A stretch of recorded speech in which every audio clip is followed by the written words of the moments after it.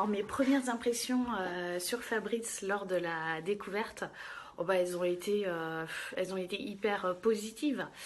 Déjà moi j'avais eu la chance de découvrir Fabrice bah, lors de la dernière saison. Et puis bah, finalement tout s'est confirmé au fur et à mesure des jours. Voilà son côté bon bah déjà très physique, hein, faut pas le nier, très sportif, très endurant. Voilà il lâche rien. Son côté aussi bienveillant, gentleman, voilà, très très respectueux. Et puis il a un côté aussi hyper drôle. Et tout ça, ça s'est confirmé au fur et à mesure. Donc les premières impressions, elles ont été vraiment très positives. Et à l'heure d'aujourd'hui, je pense exactement là, rien n'a changé. Je pense exactement la même chose sur Fabrice. Coucou les amis, bisous. Écoutez, c'est Fabrice de Pékin Express. Alors la première question, c'est quelles sont tes premières impressions lorsque tu as découvert Ingrid? Bon alors déjà, c'était dans le métro de Moscou, les yeux bandés. Et puis quand j'ai pris la main, j'ai vu que c'était une meuf quoi. Des toutes petites mains, des doigts très fins, des ongles bien faits. Et je me suis dit, là c'est pas gagné mon Fab. Parce qu'il va falloir aller vite. Il va falloir se comprendre. Maintenant qu'on fait la route à deux, il va falloir se connaître, composer avec son compagnon. Ça va pas être évident, sans vraiment se parler, parce qu'il va falloir aller encore une fois très vite. C'est un All-Star, il y a du haut niveau, et tout en restant concentré, et puis de vite comprendre de quoi l'autre est capable.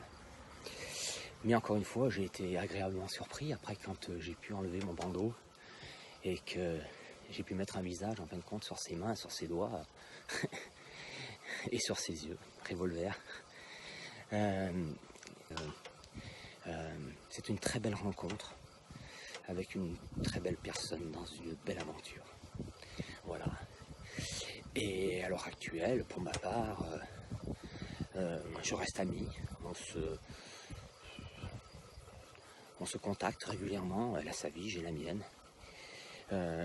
Mais forcément, c'est des souvenirs qui resteront à jamais gravés.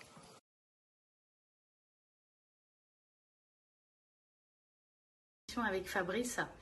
Et en fait, ce qui a fait la force de notre binôme, je pense que bah, c'est qu'on a les mêmes valeurs, en fait, la même philosophie de la vie, la même sensibilité. Je pense que c'est ça qui a vraiment fait la vraie cohésion du binôme. Et puis bon, bah, c'est vrai que le fait d'être un duo mixte, une nana, un mec qui a le côté aussi, voilà, stop peut-être un peu plus facile, c'est vrai que ça il faut le dire pour une fille. Lui, il y a le côté beaucoup plus endurant, beaucoup plus physique sur certaines épreuves. Donc je pense qu'on s'est bien complété aussi là-dessus. Et puis, mais après, la vraie force, je pense aussi, c'est la même envie, la même niaque. Et comme on est un binôme d'inconnus, c'est vrai qu'on ne se connaît pas, on a des choses à se prouver l'un envers l'autre. Et on ne doit pas se décevoir surtout. Donc je pense que c'est ça aussi qui a fait qu'on avait envie d'aller très très loin et qu'on a quelque part réussi à gagner cette première étape. C'est notre détermination à tous les deux, avec l'envie d'avoir envie, de vouloir bien faire, de ne pas décevoir l'autre. Encore une fois, on est sur un All-Star, donc il faut tout donner. On nous a rappelé, c'est une chance inouïe. Vraiment pour ma part, de le faire déjà 2 fois d'affilée. Donc on n'est pas là pour acheter du terrain à Moscou ou beurrer les sandwichs chez les soviets, forcément. Et on s'est entendu tout de suite. Ça a switché comme ça, on s'est entendu paf paf paf tous les deux, avec une bienveillance peut-être l'un envers l'autre. Voilà, je dirais vraiment la force de notre binôme, c'est notre détermination à tous les deux, de vouloir bien faire. Voilà.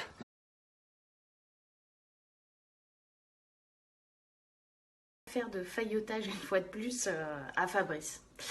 À Fabrice, sincèrement, voilà, j'aurais pas rêvé mieux. Pour moi, il allie voilà, tellement de qualités à la fois.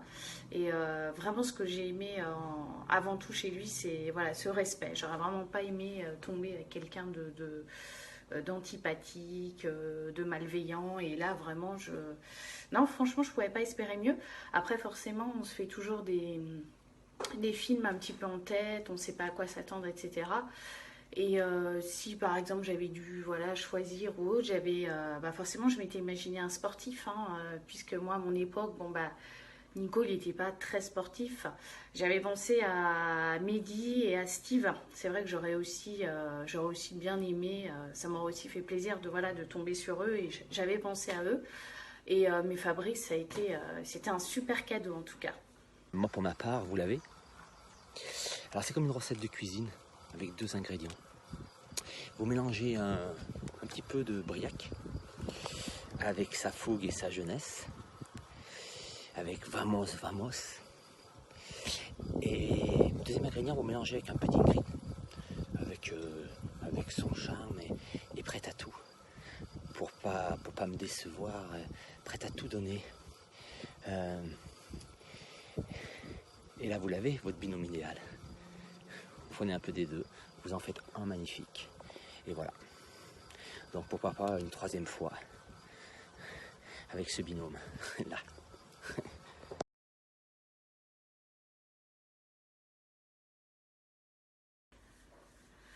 Alors si demain j'avais la chance de choisir 2 pays à traverser pour un nouveau Pékin Express, il y a tellement de pays dans lesquels j'aimerais aller, une vie entière suffirait pas, mais je pense que je serais tentée de dire Amérique centrale. Il y a le Costa Rica qu'ils ont fait lors de la dernière saison, ça m'a complètement convaincue et fait rêver. Après Amérique du Sud aussi, l'Argentine. Et après l'Asie, c'est mon rêve. J'ai pas encore mis les pieds en Asie et j'aimerais trop y aller. Ah bah écoute, si jamais on devait me rappeler pour une 3e fois, pourquoi pas. Ma destination, mais déjà une destination que je connais pas, peut-être l'Afrique de l'Est. Voilà, sur les hauts plateaux kenyans, éthiopiens, pourquoi pas. Pourquoi pas, ouais, l'Afrique. Ou alors après le Népal. Voilà, ça je les ai cochés dans mes prochains voyages. Si jamais on me rappelle et que je peux les faire avec Pékin Express, ça sera avec le plus grand des plaisirs.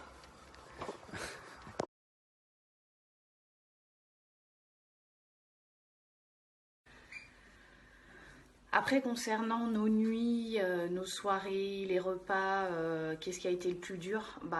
Pour moi, personnellement, les soirées chez l'habitant, c'est ce qu'il y a de plus émouvant dans l'aventure. C'est toujours des rencontres improbables, souvent des gens qui n'ont rien, qui donnent tout. En fait, c'est une sacrée leçon de vie. C'est vrai qu'on se prend une belle claque et souvent on en a gros sur le cœur de voir un peu leurs conditions de vie. Et ça permet vraiment de descendre de 10 étages parfois. Et après, ce qui peut paraître peut-être le plus dur, ça peut être l'hygiène. Je me souviens de la première nuit en Russie avec Fabrice, il n'y avait pas de douche, c'était des toilettes, voilà, un peu à l'ancienne. Donc des fois, voilà, il y a des odeurs, l'hygiène, le fait de ne pas manger aussi parfois, pour moi perso, c'est ce qu'il y a de pire parce que j'adore manger, je suis très gourmande, donc c'est compliqué. Après, il y a le manque de sommeil aussi parce qu'on est tellement surexcité d'être dans cette aventure qu'on dort, franchement, on dort 3 heures, 4 heures par nuit, pas plus. Donc, mais honnêtement, ça c'est des petits détails et ça passe tout seul en fait. Au vu de ce qu'on vit à côté, vraiment même voilà, l'hygiène, le manque de sommeil, finalement elle a dure comme elle a dure et puis on s'y fait au final.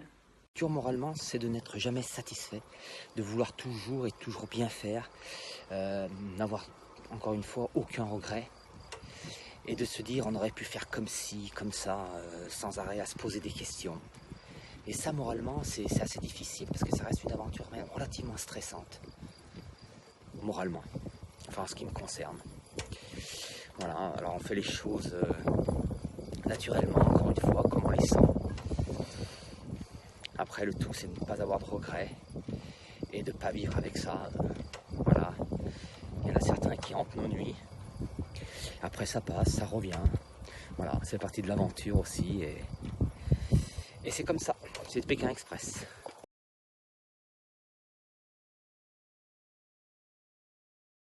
Et qu'est-ce que cette aventure nous a le plus apporté personnellement et culturellement? Bah, je dirais que déjà cette aventure elle permet vraiment d'apprendre à se connaître soi-même, de se tester aussi, de voir où sont nos propres limites. Je trouve que déjà partir seul avec un inconnu finalement bah, ça pimente le jeu. Je trouve que c'est déjà ça le défi. Et après, ça permet de relativiser bah, beaucoup de choses en fait. Hein. Voilà, c'est une leçon de vie incroyable.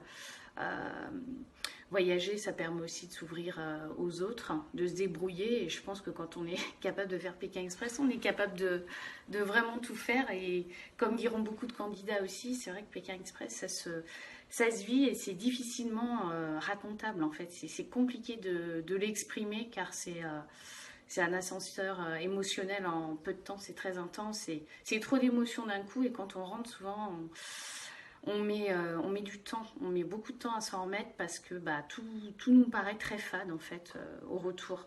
Moi j'ai mis 2 3 mois vraiment de me remettre un peu dans mon cocon de vie, hein, dans mon job. Et après ça permet aussi d'apprendre bah, beaucoup sur la culture des pays traversés. Et puis bah, ça c'est une super richesse pour nos connaissances et pour notre culture. Et ça nous a apporté des émotions fortes, uniques, qu'on garde en nous. Moi, personnellement, j'en garde en moi, j'ai du mal à en parler. On a partagé des moments aussi incroyables avec les locaux qui nous ont ouvert leurs portes. Mais encore une fois, on pourrait en parler pendant des heures de cette aventure de Pékin Express.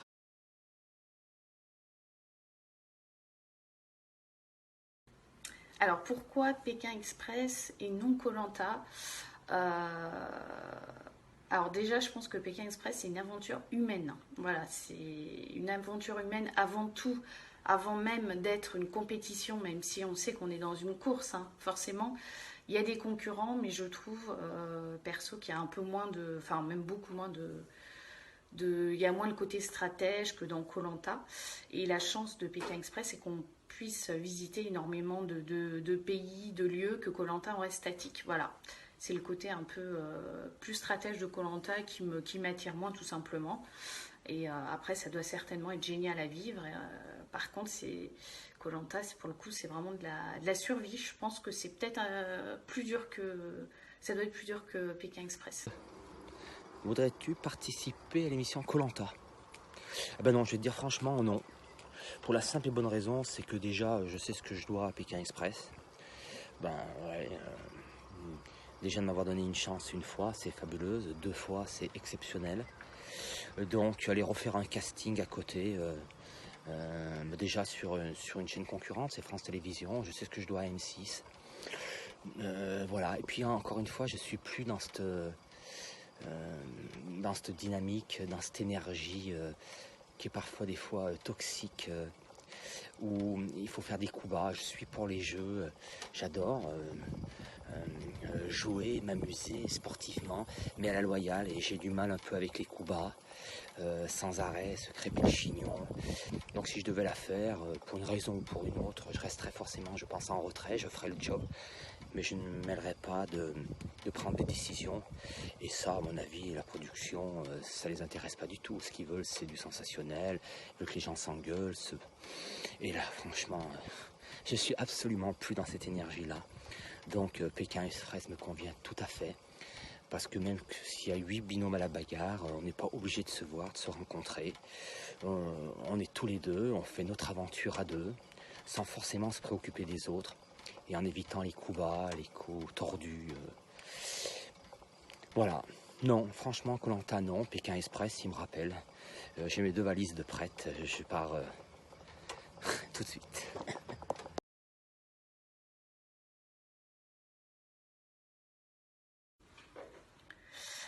Et si c'était à refaire, est-ce que je referais la même chose? Oui, ouais, sans hésitation. Je pense avoir été vraiment moi-même, spontanée, naturelle, et j'ai rien à regretter de cette aventure, si ce n'est bien sûr que bah, mon rêve c'était d'aller au bout, hein, de découvrir ça un peu. C'est très très malheureux d'avoir dû quitter l'aventure assez rapidement, surtout au port de la Chine. Mais bon, après, voilà, j'ai déjà eu la chance d'avoir été contactée 2 fois. Il y a des milliers de gens qui rêvent de faire l'aventure, donc j'ai pas le droit de me plaindre, même s'il y a un petit goût de, voilà, un petit goût de trop peu. Mais si on avait des choses peut-être à refaire ou des erreurs à pas reproduire, c'est qu'avec Fabrice, je pense que des fois, on était tellement dans l'adrénaline, dans l'excitation du jeu, qu'on fonçait tête baissée et que parfois, je pense qu'on n'a pas fait les bons choix. On ne s'est pas assez concerté, on a foncé tête baissée et je pense qu'on a fait des petites erreurs de parcours qui nous ont coûté peut-être la sortie de jeu et qui nous ont porté préjudice. Mais bon, après, c'est le jeu et il faut savoir être bon perdant, même si c'est un peu dur à encaisser à ce niveau-là. Si c'est à refaire, je ferai la même chose. Ça paraît peut-être un peu banal comme réponse, mais voilà, je ferai la même chose, en léger mieux, et vraiment pour aller au bout de cette aventure. Et de connaître, je pense, au niveau adrénaline, au niveau sensationnel, au niveau émotionnel, une finale de Pékin Express. Et ces derniers 500 mètres sur le tapis rouge pour rejoindre Stéphane. Alors gagnant, ça doit être fantastique. Ouais, si c'était à refaire, je me battrais encore plus pour aller vraiment en finale. Surtout pour connaître oui, le goût de la victoire et vraiment cette sensation qui doit être unique pour en avoir discuté avec ceux qui l'ont connu, magique, qui les réveille encore des fois dans la nuit pour certains, d'une finale de Pékin Express. Voilà.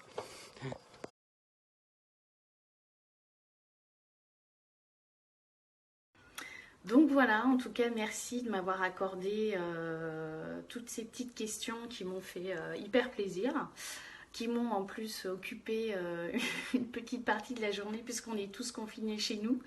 Donc au moins j'avais un objectif dans ma journée. Et puis ça m'a fait hyper plaisir. Et puis rien que d'en reparler, voilà, ça replonge. Il y a plein d'émotions qui reviennent. Donc c'est toujours hyper agréable à revivre. Donc voilà, en tout cas, bon bah soyons solidaires. Hein, on en a plus pour beaucoup à patienter. Restez bien chez vous. Et puis je vous embrasse fort en tout cas. Et j'espère à très vite. Bisous. Ciao. Bon, la dernière question, Manon, et puis qui est d'actualité, en l'occurrence, c'est celle du confinement. Et comment je vis mon confinement? Bah écoute, regarde. S'il y en a un qui ne doit pas se plaindre, c'est moi. Je vis à la campagne. Il fait très beau. Pas toujours, mais quand il fait beau, voilà, je suis sur mon entraîneur. Je vais courir de temps en temps, je te l'avoue. Je pars un petit peu, 3/4 d'heure, 1 heure dans ma forêt, dans les bois. Je vais courir un petit peu pour me défouler. Et quand je reviens, je reste là un peu comme tout le monde, confiné. Je fais le point sur les choses. J'anticipe sur l'avenir. Ça m'a permis de faire du tri dans mes affaires. Parce que je suis en train d'écrire un livre. Donc il y a un travail énorme. Un livre qui intéressera certainement personne, mais c'est pas grave. Je le fais pour moi. Il n'est pas complètement abouti, il en est loin, parce qu'il me reste encore un peu de temps à vivre. Et il me manque quelques pages aussi pour qu'il soit bien rempli et qu'il soit intéressant surtout. Alors ça prend beaucoup de temps, je lis beaucoup et j'écris beaucoup. Et je me suis découvert cette passion il y a quelques temps déjà, mais là, l'écriture. Voilà, j'écoute de la musique, des choses qu'on ne faisait peut-être pas avant et que je découvre ou redécouvre pendant cette période de confinement. J'essaie d'en tirer tous les points positifs. Et niveau moral, ça va. Et encore une fois, c'est un qui ne doit pas se plaindre, c'est moi. Je me mets tout à fait à la place des gens qui vivent dans des tours au 8e étage, sans balcon. Et voilà, avec des enfants à 6 ou à 7, ça doit être très très compliqué. Alors voilà, moi personnellement, je vis mon confinement tranquille, comme tout le monde, en attendant des jours meilleurs pour pouvoir revivre tous ensemble de manière normale. Je prends mon mal en patience. Et puis voilà, en attendant, moi je vous dis à très vite pour pouvoir revivre d'autres aventures. Je vous embrasse toutes et toutes.